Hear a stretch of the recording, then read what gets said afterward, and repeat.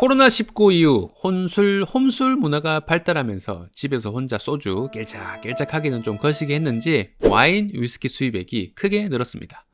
특히 위스키 시장의 성장이 놀라운데요. 그 옛날 아빠들이 찬장에 꼭 숨겨두고 중요한 날에만 먹었다는 오래된 술에서 2030의 핫한 인스타 감성술 하이볼로 큰 인기를 끌고 있는 위스키 수입액은 2020년 1,600억 원에서 2022년 3,400억으로 2배 이상 늘며 술 시장의 성장을 이끌고 있습니다. 역시 음주의 민족이다. 아니 배달의 민족인가? 한국에서 가장 대중적이고 많이 알려진 위스키는 바로 이 발렌타인 17년산을 들 수 있겠죠. 발렌타인 시리즈는 몰트 위스키의 주산지인 스코틀랜드에서 생산됩니다. 보리를 먼저 물에 담가 싹을 틔운 후 다시 말려 곱게 가루로 만듭니다. 이 가루에 뜨거운 물과 효소를 넣어 풀어준 후 이스트를 넣고 발효를 해주면 맥주와 비슷한 느낌의 술이 만들어지는데요. 이 술을 보글보글 끓여가지고 수증기를 모아 만든 증류주를 오크통에 넣고 몇 년간 숙성을 시키면 나무의 향과 색이 술에 싹 스며들어 우리가 알고 있는 근사한 위스키로 만들어집니다. 술 뒤에 붙어있는 몇 년산은 바로 이 오크통에서 몇 년간 숙성했냐를 의미하는 거죠. 숙성을 하려면 창고도 필요하고 관리하는 인력도 필요하니 숙성 기간이 길면 길수록 술 가격이 비싸집니다.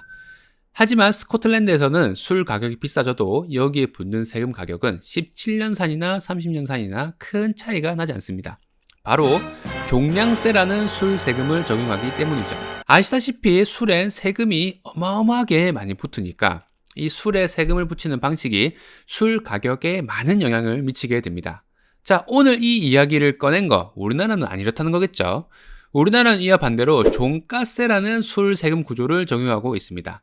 이런 세금 구조 때문에 외국과 다르게 어마어마하게 위스키를 비싸게 먹어야 하는 거죠. 근데 우리나라가 이렇게 종가세를 유지하는 이유가 바로 우리가 많이 먹는 이 초록병 소주 때문이라는 사실 흥미롭지 않습니까? 술에 세금을 매기는 방식은 크게 두 가지가 있습니다. 하나는 종량세, 다른 하나는 종가세인데요. 종량세는 술의 도수나 양에 따라 세금을 매기는 방식이고 종가세는 술의 가격에 따라 세금을 매기는 방식입니다. 여기 예를 들어 볼까요? 여기 두 가지 술이 있습니다. 알코올 도수 40도, 용량 700ml인 상엽타인 17년산 위스키, 제조원가 10만원. 알코올 도수 40도, 용량 700ml인 상엽처럼 초록병 소주, 제조원가 만원. 종량세는 술의 도수, 양에 대해서 세금을 매기므로 어떤 나라에서 도수 40도, 용량 700ml인 술의 세금을 3만원이라고 정했다면 상엽타인과 상엽처럼은 제조원가가 크게 차이가 나지만 붙는 세금은 동일합니다. 상엽타인 17년산은 10만원 플러스 3만원인 13만원, 상엽처럼은 1만원 플러스 3만원, 총 4만원으로 세금 포함 원가가 책정되게 될 겁니다. 자, 하지만 우리나라는 이와 다른 개념인 종가세, 제조원가 자체에 세금을 붙이고 있습니다. 도수와 용량은 상관없고 술의 종류와 가격만 중요하죠. 상엽타인 17년산과 상엽처럼 초록병 소주는 모두 술을 증류해 만든 증류주에 해당됩니다. 우리나라 증류주에 붙는 주세는 72%인데 이 세율을 적용해서 상엽타인과 상엽처럼 가격을 매겨보면 상엽타인 17년산은 10만원 플러스 세금 72,000원, 172,000원. 상엽처럼 소주는 1만원 플러스 세금 7,200원, 17,200원. 이렇게 가격이 매겨지게 되는 거죠. 종량세를 적용할 경우 가격이 비싼 술이 유리한 세율을 적용받고 종가세를 적용할 경우 가격이 싼 술이 유리한 세율을 적용받게 됩니다. 자, 결국에는 이게 종량세는 비싼 술에 유리하고 종가세는 싼 술에 유리한 세금 구조이기 때문에 종가세를 적용하고 있는 우리나라의 경우에는 비싼 술을 누가 만들려고 하겠어요. 자, 그래서 소주, 맥주와 같이 저렴한 술들 위주로 시장이 형성되게 되었고 고급 술의 경우 초초 프리미엄, 아빠의 찬장 속에 거의 모셔두는 술이 되고 만 거죠. 자, 하지만 K 글로벌 시대에 한국도 프리미엄 술을 좀 만들어 봐야 되지 않겠습니까? 자, 실제로 국내의 많은 로컬 양조장들은 우수한 술들을 많이 생산하고 있습니다. 정부는 이 같은 로컬 맥주, 막걸리 생산업자들이 맛있는 프리미엄 술들을 만들고 유통하는데 어려움이 없도록 2019년 주세법 개정을 통해 맥주, 막걸리에 한해서 종가세 세금 구조를 종량세로 바꾸게 되죠. 아니 근데 안동 소주도 있고 화요도 있잖아요. 소주도 우리 전통주인데 증류 방식의 소주는 왜 종가세로 안 돌려주는 겁니까? 맥주와 막걸리는 곡물을 짧게 발효시켜서 찌꺼기를 걸러내고 만든 술입니다. 자, 그러다 보니 재료, 생산자에 따라서 가격 차이가 막 드라마틱하게 많이 나지 않습니다. 보리를 막 10배, 100배 비싼 보리를 쓸 것도 아니고 발효 기간을 길게 가져갈 수도 없기 때문에 생산 원가가 매우 낮은 술이죠.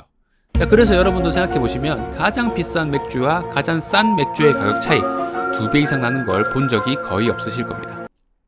자, 하지만 증류주의 경우에는 얘기가 달라집니다. 자, 앞에서 보셨듯이 곡물을 한번 발효시켜서 만든 술을 증류라는 과정을 한 번 더 거쳐야 하고, 이렇게 증류된 술은 숙성 과정까지 거치기 때문에 증류의 과정의 효율성, 숙성 기간에 따라 술 가격이 어마어마하게 비싸지고 서로 가격 차이도 심해지게 되죠.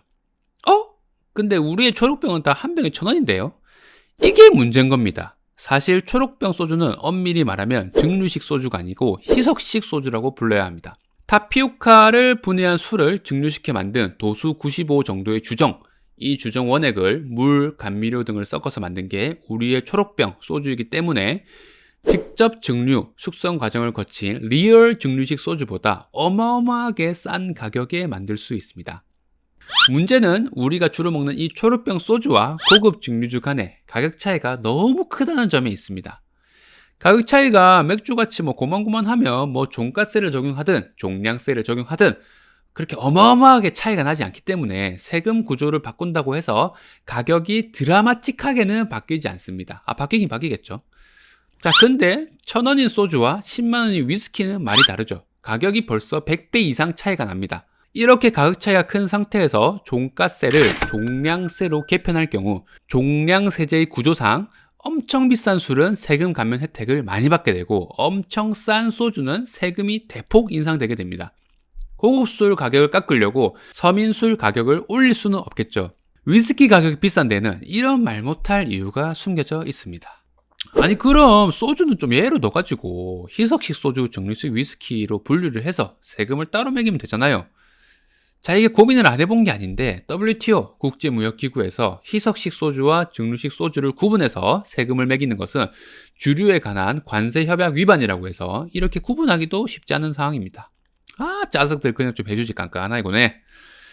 자, 결국 우리가 자주 먹는 희석식 소주, 초록병을 더 싸게 먹기 위해 수입산 위스키를 더 비싸게 먹을 수밖에 없는 세금 구조를 한국이 택하고 있는 거죠. 자, 오늘은 왜 우리나라 위스키가 어마어마하게 비싼지 한번 알아봤습니다. 다음 주에도 더욱더 유익하고 재밌는 주제로 찾아오도록 하겠습니다. 좋아요와 구독해주시고 잊지 않고 찾아주시면 감사하겠습니다. 자, 그럼 이만!